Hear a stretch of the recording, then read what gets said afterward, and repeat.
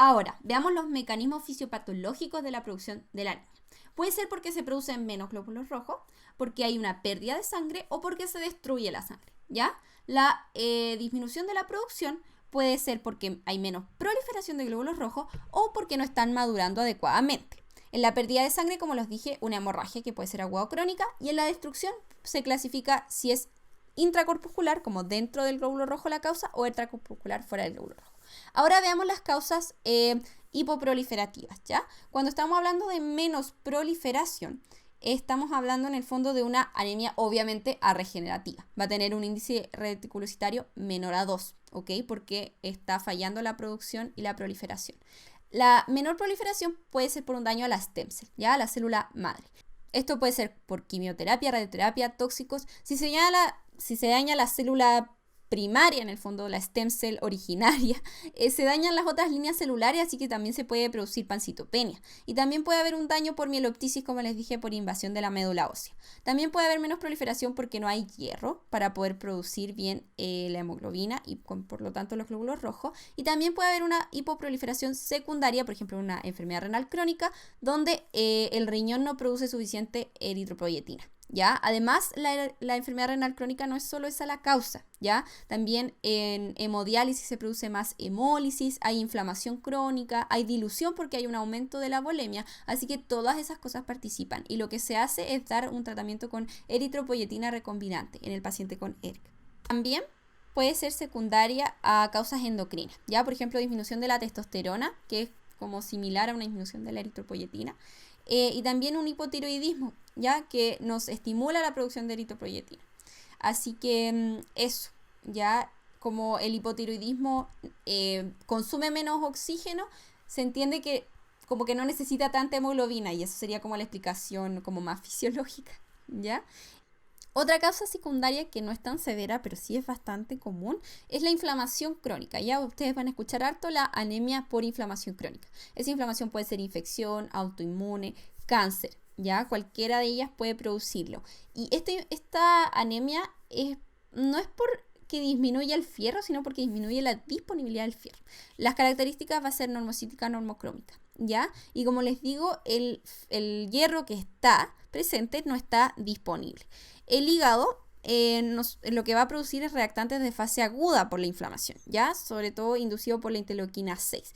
Dentro de ellos se encuentra la hepcidina, ¿ya? Entonces ahí les dibujé un macrófago y el macrófago alberga hierro, ¿ya? Y también tenemos entendido que el hierro se absorbe a nivel intestinal. ¿Qué es lo que hace la hepcidina?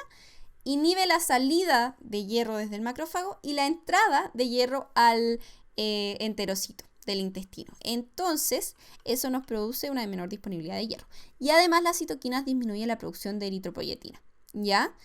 Y además las citoquinas aumentan la entrada de hierro a los macrófagos. Esto se debe a que los macrófagos nos ayudan con esto, albergando y acaparando el hierro, porque las bacterias también necesitan hierro. Eso nos ayuda un poquito a combatir las bacterias. Y como nuestro cuerpo a veces se inflama y se inflama como respuesta común, tanto infección como autoinmune y cáncer, vamos a tener una respuesta similar, tengamos o no tengamos bacterias en el cuerpo, ¿ya?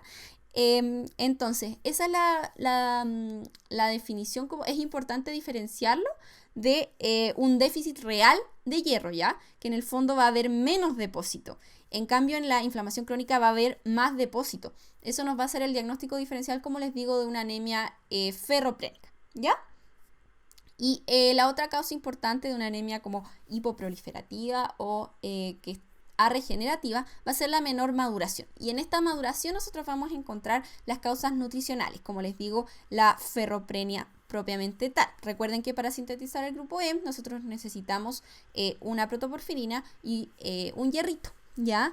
Y para poder producir hemoglobina necesitamos grupo M. Si no tenemos fierro no tenemos grupo M y no tenemos hemoglobina, ¿ya? También lo que va a producir la disminución de hierro en su depósito es la disminución de la proliferación, va a disminuir la concentración de hemoglobina, claramente. Eso hace que el glóbulo rojo, que tiene menos cantidad de hemoglobina, se hace más chiquitito, ¿ya? Entonces se ve una hipocromía y una anemia microcítica hipocrómica.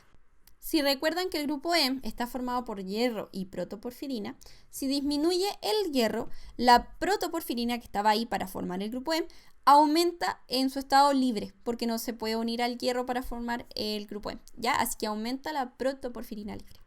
Y la otra causa nutricional es una disminución del ácido fólico y de la vitamina B12, ¿ya? Se ponen en conjunto porque ambos participan en la síntesis del DNA de nuestros glóbulos rojos. Entonces disminuye la maduración y aparecen megaloblastos, que son los glóbulos rojos inmaduros, porque a mayor maduración, menor el tamaño del glóbulo rojo, como les dibujé ahí a la derecha, ¿ya? También puede haber un aumento de la destrucción intramedular por una eritropoyesis ineficaz, o sea, necesita los nutrientes para ser eficaz, como es ineficaz, se destruye, ¿ya? También podemos ver ovalocitos, ¿ya? Se ven más redondos por el aumento de tamaño y se ven, como les digo, más grandes de un BCM de más de 100, porque las células inmaduras son más grandes, ¿ya? Megaloblastos. Y además, si es muy severa, puede producir alteración de otras series, ¿ya? Como plaquetas aumentadas de tamaño, y en el caso de los polimorfos nucleares se pueden ver aumento de la segmentación en el núcleo del polimorfo. Esas serían entonces las causas como de menor producción, ya de una anemia regenerativa.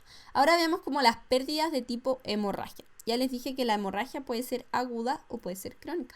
Si es aguda va a pasar en poco tiempo, va a disminuir el volumen de sangre, va a disminuir el oxígeno, y las manifestaciones clínicas que nosotros vamos a tener en ese paciente que tiene hemorragia va a depender de la cantidad de volumen que pierda.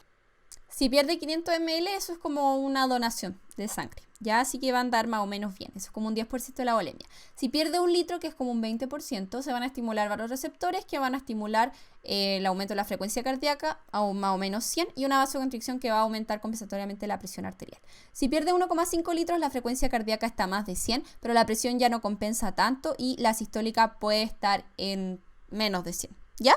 Y si pierde 2 litros el paciente que está sangrando, ya se estimula mucho el sistema nervioso simpático y la pérdida se hace mayor a la compensación. El paciente ya es incapaz de compensar bien y se produce una vasoconstricción periférica para proteger los órganos nobles, se encuentra la piel fría y ya existe un compromiso con conciencia. O sea, ya no pude compensar. La compensación es para cuidar nuestros órganos nobles, ¿cierto? Cerebro, corazón.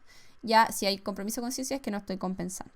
Y como les digo, estos valores son según un paciente y eso era para un hombre de 70 kilos, ¿ya? Si una persona más chiquitita, más flaquita, va a tener menores volúmenes para esos mismos fenómenos compensatorios.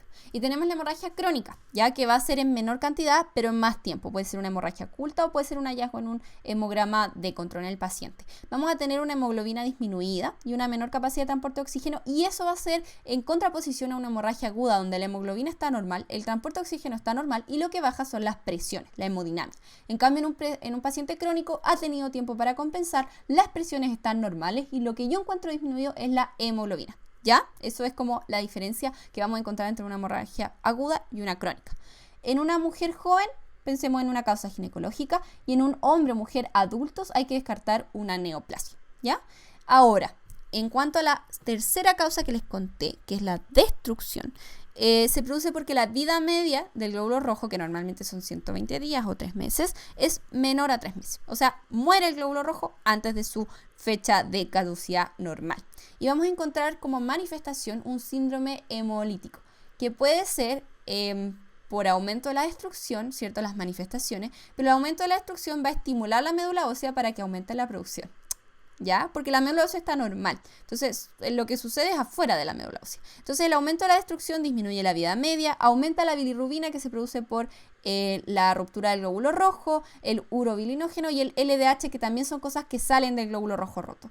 Y el aumento de la producción de la médula ósea de glóbulos rojos va a aumentar el índice reticulocytario, va a aumentar el porcentaje de reticulocitos, que eran nuestros glóbulos rojos inmaduros, y también va a aumentar la relación, va a disminuir la relación mieloide-eritroide, porque los mieloides están arriba y los eritroides aumentaron, que están abajo en el denominador, por lo tanto la relación mieloide-eritroide a nivel central en la médula ósea está disminuida. Y también vamos a encontrar un aumento de la hemoglobina en sangre, un aumento de la hemoglobinemia y una hemoglobinuria, ¿ya? Que es la pérdida de la hemoglobina por la orina. Y también podemos encontrar una disminución de la aptoglobina libre, que es la proteína que se une y transporta hemoglobina a nivel sanguíneo. ¿ok? Ahora, la destrucción, como les dije anteriormente, puede ser a nivel intracorpuscular o extracorpuscular. Intracorpuscular decimos que es un daño, una alteración a nivel del glóbulo rojo intrínsecamente, ¿ya? Y se destruye anticipadamente por esta alteración del glóbulo rojo. Puede ser que el glóbulo rojo esté malo en su membrana, en sus enzimas o en la misma hemoglobina. Los daños de membrana pueden ser congénitos, por ejemplo, o pueden ser adquiridos. En el caso congénito pueden ser alteraciones del citoesqueleto, pueden ser esferocitos, eliptocitos, todas las alteraciones que le quieran poner al glóbulo rojo que cambie su forma y sea más fácil de destruir. Y también pueden ser daños adquiridos por tóxicos, por metabólicos, la enfermedad renal crónica, el daño hepático crónico pueden alterar la forma y por lo tanto al cambiar su forma se hacen menos deformables, ¿ya? El glóbulo rojo normal puede atravesar súper bien los capilares sanguíneos, pero si está alterada su forma se destruye fácil al atravesar los capilares. También puede ser una alteración de las enzimas del glóbulo rojo, ¿ya? El glóbulo rojo es simple, ¿sí? No tiene mitocondrias, tiene una vía glicolítica. Y también utiliza vías anaeróbicas para la producción de ATP. Algunas vías que utiliza, como ejemplo, es la del 2,3 difosfoliserato, que al aumentar, aumenta la afinidad de la hemoglobina por el oxígeno. Y la que se asocia al favismo es la glucosa 6-fosfato deshidrogenasa, ya que va a transformar la glucosa 6-fosfato en otra cosa y va a transformar el glutatión oxidado en reducido. Y ese glutatión reducido es un antioxidante. Así que si nosotros perdemos la glucosa 6-fosfato deshidrogenasa, perdemos la capacidad antioxidante. Y eso le pasa a la gente que tiene favismo, ¿ya? Y también tenemos la vía de la hemoglobina reductasa. Ahora la disminución de las enzimas nos va a hacer disminuir la resistencia a la adversidad. Y cuando hablamos de adversidad nos referimos a la respuesta que nosotros tenemos a ROS. Y como les dije, un déficit de la glucosa 6-fosfato deshidrogenasa disminuye el glutatión reducido, que es una importante defensa antioxidante de los glóbulos rojos. También se puede alterar la hemoglobina. Y en esto nosotros encontramos las hemoglobinopatías, ¿ya? Que pueden ser congénitas. Cuando cambiamos un ácido glutámico por valina, nos encontramos con la anemia falciforme, ¿ya? Y también pueden haber alteraciones en las globinas, que son estos partes de la hemoglobina, con las talasemias alfa y beta, que son un tema aparte porque es muy extenso.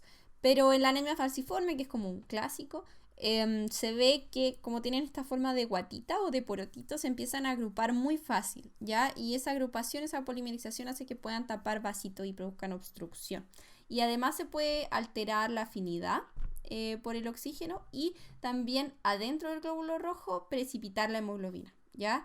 Y eso hace que sea más fácil la destrucción del glóbulo rojo, por ejemplo, en la talasemia, ¿ya? Entonces, en la anemia falciforme, los glóbulos rojos son los que se juntan, y en la talasemia es la hemoglobina la que se junta dentro del glóbulo rojo. Y yo les había dicho que la otra causa puede ser extracorpuscular, ¿ya? El glóbulo rojo está normal, indemne, y el daño es externo. Y ese daño externo puede ser inmunológico o no inmunológico. En el caso del daño inmune se debe a anticuerpos, que pueden ser autoanticuerpos, o sea, que yo produzco, por ejemplo, anticuerpos contra el glóbulo rojo mío, como en el caso de un lupus, o en la formación de aptenos, ¿ya? Que en el fondo del glóbulo rojo se le une un fármaco y esas dos cosas juntas forman un apteno, que un apteno básicamente es algo que es capaz de estimular el sistema inmune para que el sistema inmune genere una respuesta con anticuerpos también. Y puede suceder con infecciones que también pueden producir aptenos al unirse al glóbulo rojo, ¿ya? Y el otro tipo de anticuerpo es iso o aloanticuerpo, que va a ser otra persona pero de la misma especie. Entonces tengo autoanticuerpos, yo produzco los anticuerpos, o iso, que yo no los produzco. ¿Quién puede ser que los produzca? En una transfusión, por ejemplo, ¿ya? Entonces que yo tenga anticuerpo anti-A, porque soy tipo B, o que yo soy tipo A y tengo anticuerpos anti-B. Entonces, si, por ejemplo, esa persona, yo le doy a una persona tipo B, esa persona tipo B tiene anticuerpos anti-A, y si él me da a mí, etcétera. Yo creo que se entiende, ¿cierto? Nosotros producimos el anticuerpo el antígeno que nosotros no tenemos, dependiendo del tipo de sangre. Y también puede ser iso o alo cuando se trata de una transfusión feto-maternal. En una madre RH negativo, si tiene su primer hijo RH positivo, al tener el parto en general, se va a producir una estimulación del sistema inmune y por la exposición. ¿ya? Entonces ese sistema inmune va a generar anticuerpos anti-D, que es el antígeno del RH positivo. Y ya en el segundo hijo voy a tener esos anticuerpos para atacarlos a través de la placenta, atacar los glóbulos rojos del fetito, ¿ya? Y esos IgG van a ir en contra del antígeno D, que está a nivel del glóbulo rojo del fetito, y va a producir la hemólisis de los glóbulos rojos en el fetito, ¿ya? Y va a aumentar la bilirrubina, por ejemplo. Eso puede llevar incluso un kernicterus, ¿ya? El kernicterus es la deposición de esta bilirrubina aumentada por la hemólisis a nivel de los ganglios basales y es bastante grave, produce daño neurológico en el fetito. Como el feto pierde glóbulos rojos por destrucción, el hígado cumple un rol importante en aumentar la producción de glóbulos rojos, que es como la médula ósea en el feto, pero disminuye su producción normal de albúmina. La albúmina es la que retiene el líquido adentro de los vasos, así que si se disminuye la albúmina, disminuye el líquido adentro de los vasos y sale afuera y se produce edema. Y por eso vemos el famoso hidrops fetal. Independiente de la causa de este ataque inmuno al glóbulo rojo, lo que va a suceder como fenómeno común es que se va a opsonizar, ¿ya? Entonces el glóbulo rojo va a ser opsonizado por un anticuerpo y eso va a hacer que se fagocite el glóbulo rojo, ¿ya? Por el sistema retículo endotelial y eso finalmente, que son como macrófagos en el vaso, que se van a estar comiendo cualquier cosa opsonizada, ¿ya? O sea, cualquier cosa unida a un anticuerpo, eso se lo va a comer el fagocito, ya el macrófago. Y también el complemento puede, al encontrarse con un anticuerpo unido al glóbulo rojo, estimular la producción del complejo de ataque a la membrana, que va a generar poros en el glóbulo rojo y eso va a producir la muerte celular, ¿ya?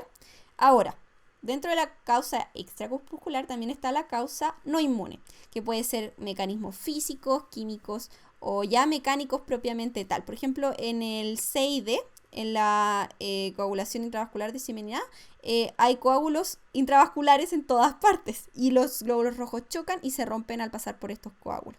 También cuando hay válvulas se produce daño mecánico también y hay tóxicos o venenos ya a nivel de arañitas como la loxoceles que puede producir hemólisis o también las quemaduras, ¿ya? Y eso les quería contar de la anemia. Es un video súper largo, quizás lo divida también en pedacitos y deje dividido en el canal para que sea más fácil de encontrar los temas. Por ejemplo, índices reticulocytarios, quizás podría convertirlo en un video aparte. Pero les agradezco quedarse hasta el final, ojalá les haya servido